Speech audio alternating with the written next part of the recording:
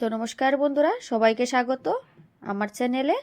তো বন্ধুরা, এই ঠান্ডার মধ্যে আমি আরেকটা দুর্দান্ত পিঠার রেসিপি নিয়ে চলে এলাম। এই ঠান্ডার মধ্যে কার না পিঠা খেতে ভালো লাগে। তো আজকে আমি একটা কেটলি পিঠার রেসিপি নিয়ে চলে এলাম। তো কেটলি পিঠা কিভাবে বানাই, কেটলি পিঠা বা ভাপের পিঠা কিভাবে বানাই সেটাই তোমাদের সঙ্গে আজকে শেয়ার করব। তো কেটলি পিঠা কিভাবে বানাই তোমরা সবাই তো জানো, আর আমি কিভাবে বানাই সেটাই তোমাদের সঙ্গে আজকে শেয়ার করব, আর খুব সহজ পদ্ধতিতে বানাবো। তো বন্ধুরা, তোমরা দেখতে থাকো আমার ভিডিওটা, আশা করি তোমাদের খুব ভালো লাগবে। তো এই যে আমি একটা বোল নিয়ে নিয়েছি, বোলের মধ্যে আমি চালের গুঁড়ো নিয়ে নিয়েছি। এখন আমি চালের গুঁড়োটা একটু নুন দিয়ে কাঁচা জল দিয়ে মেখে নিব। এখানে গরম জল দেওয়ার কোনো প্রয়োজন নেই। তো এই দেখো বন্ধুরা, আর সবাই তো জানোই কেটলি পিঠা কীভাবে বানায়। তো কেটলি পিঠা কেটলিতে বানাতে হয়, আর কেটলি পিঠা হলো আসামের একটা বিখ্যাত পিঠা। আসামে এই পিঠাটা খুব প্রচলিত। তো সবাই জানি কম বেশি পিঠা বানাতে। তো আমি আজকে বানিয়ে দেখাবো কুকারে। আজকে আমি কেটলিতে বা কোনো হাঁড়িতে বানাবো না, আমি বানাবো কুকারে। তো কুকারে কিভাবে আমি কেটলি পিঠাটা বানাবো সেটাই তোমাদের সঙ্গে আজকে শেয়ার করব। আর তোমরা একটু দেখে নাও, তোমরা কেউ ভিডিওটা স্কিপ করবে না, স্কিপ না করে দেখে নাও, তাহলে তোমরাও জানতে পারবে আর শিখতে পারবে। তো এই যে বন্ধুরা দেখো, আমি জল দিয়ে চালের গুঁড়োটা একটু মেখে নিয়েছি। দেখো এমন ঝরঝরা করে মেখে নিয়েছি, তোমরা এরকম করে ঝরঝরা করে একটু মেখে নিবে, বেশি জল দেবে না, একটু একটু জল দিয়ে মেখে নেবে। আর ওই পাশ দিয়ে দেখো বন্ধুরা, আমি যে কুকার বসিয়ে দিয়েছি, আর কুকারের মধ্যে যে জল দিয়ে দিলাম, কুকারে জল দিয়ে দিয়েছি পরিমাণ মতো, যতটুকু লাগবে, বেশি দেওয়া দরকার নেই, লাগলে আরেকবার দেওয়া যাবে। তো বন্ধুরা, আমি এখন এই যে কাগজের কাপ নিয়ে নিলাম, যেগুলি আমাদের সিঙ্গেল ইউজের জন্য যে কাগজের কাপগুলি পাওয়া যায়, এইগুলি নিয়ে নিয়েছি। এখন আমি এগুলি ফুটো করে নিব নিচের দিক দিয়ে। তো তোমরা অবশ্যই কাগজের কাপটাই দেবে, ইউজ করবে। আর আরেকটা পাওয়া যায় যে প্লাস্টিকের, সেটা ইউজ করবে না, কেননা গরম লেগে সেটা গলে যাবে আর পিঠাগুলি ভালো হবে না। তো বন্ধুরা, এই দেখো আমি গ্লাসটার নিচের দিক দিয়ে ফুটো করে নিয়েছি। এরকম করে একটা কিছু কাঠি দিয়ে ফুটো করে নিবে। তো আমি তিনটাতে একটা একটা করে ফুটো করে নিয়েছি। আর ওই পাশে দেখো কুকার বসিয়েছিলাম, যে কুকারের ঢাকনাটার চিটিটা খুলে দেবে। এই চিটিটা খুলে দিয়ে তারপরে পিঠাগুলি বানাতে হবে। আর কুকারের যে গার্ডারটা সেটা ঠিকই থাকবে, এটা খুলতে হবে না। তো বন্ধুরা চলো, এখন আমি পিঠাগুলি বানিয়ে নিই।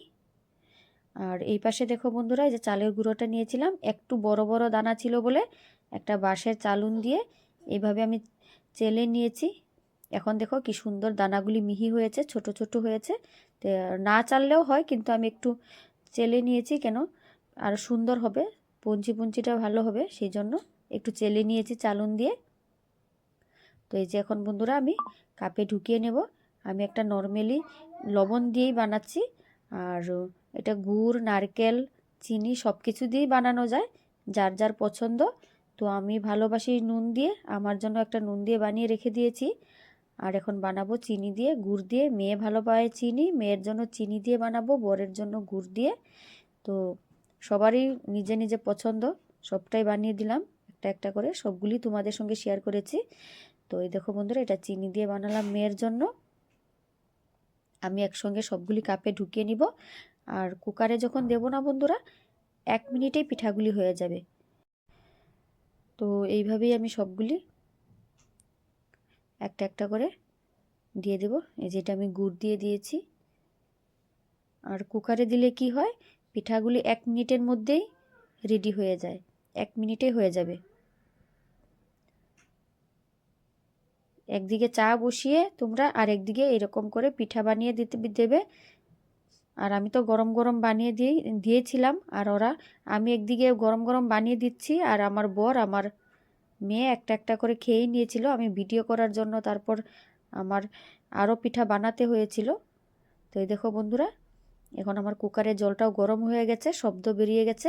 এখন আমি এই দেখো ফুটোটা ছিল যে এই দিক দিয়ে ঢুকিয়ে দেব, দিয়ে একটা ছোট বাটি বা কাপ দিয়ে চাপা দিয়ে দিলাম, যে আমি বাটি দিয়ে চাপা দিয়ে দিয়েছি।